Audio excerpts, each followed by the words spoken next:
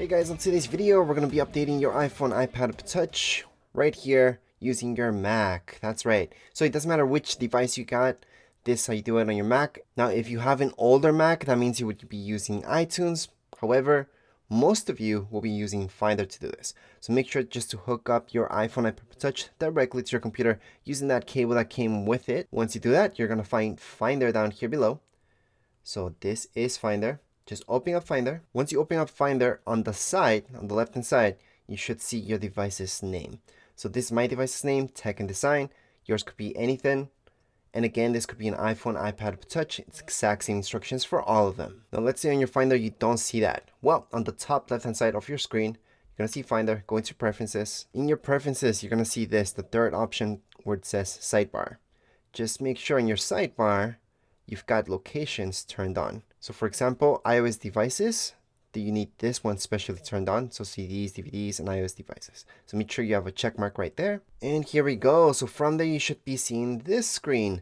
Now, you can back up your iPhone, iPad Touch directly on your computer and update it, or you can just update it. What I personally like to do is just back up the most important data from my iPhone, iPad Touch on iCloud. So that just takes up usually less than those 5 gigs that you get for free. And then everything else will be backed up on my Mac. Now you don't have to do this, but down here below, you're going to see this. Sync only checked songs and videos. You might not want to sync any of your music from your Mac. So just make sure these make sense to you. Just put a check mark wherever you want and whatever you want to sync up.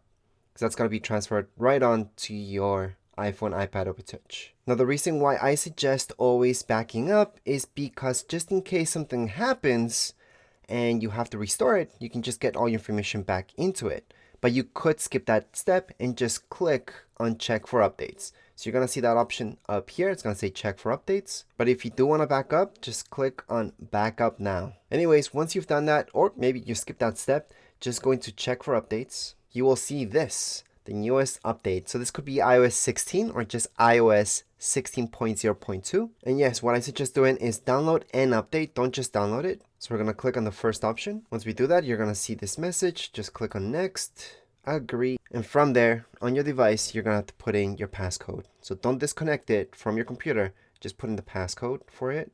If you have a passcode, that is. Once you do that, click on continue. And right now, you can view down here below what's going on. So on the bottom of your bar, you should see something like this, downloading. It's downloading 6 gigs. So it's actually a pretty big update. Although it just fixes some things, it's a pretty big update once it comes down to downloading directly on your Mac. And then it's going to install it. Just make sure never to unhook it from your Mac. So whatever you guys have plugged in, your iPhone, iPad, or Touch, do not unhook it. Do not turn off your Mac. Do not mess around with your phone or whichever device you're updating. Just let it be. Now your device will restart by itself, and then you're going to be done with the update. But for now, all we can do is just wait. Alright, so as you're going throughout this process, you're going to see this. Do you want your backups of Tech and Design, well, that's that device's name, to be encrypted? Well, this is really up to you guys if you like to encrypt them or not. However, I do suggest just choosing encrypted. That way the backup does include everything. So we're going to go ahead and choose the first one. And right now you just have to put in a password to protect your phone backup. Now, if you do that, just remember to keep this check mark right here. Remember this password in my keychain, because you might forget it later and you do not want to forget that. So keep that in your keychain so that way it's all good. So just set up my password. Just click on set password. Your device will ask you to put in your passcode, which is different, or it could be the same thing, maybe. Depends how you guys set it up. And then, yeah, that's it. All you guys are going to see is this down here below, which is backing up your phone so you can go on and do the update. I do want to note that at this point you should see your software, plus your Mac is preparing to update the software on this iPhone. Well, in this case it's an iPhone, could be an iPhone, it could be an iPad or iPad Touch. Alright, so as you're backing up, the next step will show you this, preparing iPhone software update, and then beside this, your device's name, you should see this happening. Now at this point in time, when you're seeing this happening, that means your iPhone, iPad, or Touch already restarted, and you should see an Apple logo in a loading bar right there on your iDevice. So that means it's actually done downloading, it's just installing the software for you. And as always, never unhook your iPhone, iPad App Touch from your Mac while you're doing this. As you see that bar going on your iDevice, you should also see this right here happening. So that's, again, it's just a bar on your device going faster if you're looking at your device. And then your Mac, again, you're just looking at this. It's just going to verify the update, and then you're going to be done. Because the second time that you guys see the Apple logo plus the loading bar, that one's going to go a lot faster, and then you're going to be done with the update. So right now, again, it's just verifying the update. We're going to see this happening here, so you know the progress, you know something's happening, it's not stuck on anything, and you're good to go.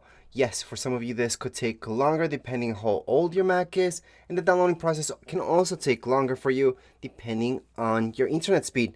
If you guys want this to go a little bit faster, you could hook up your Mac directly to your router using an Ethernet cable, which should help you out.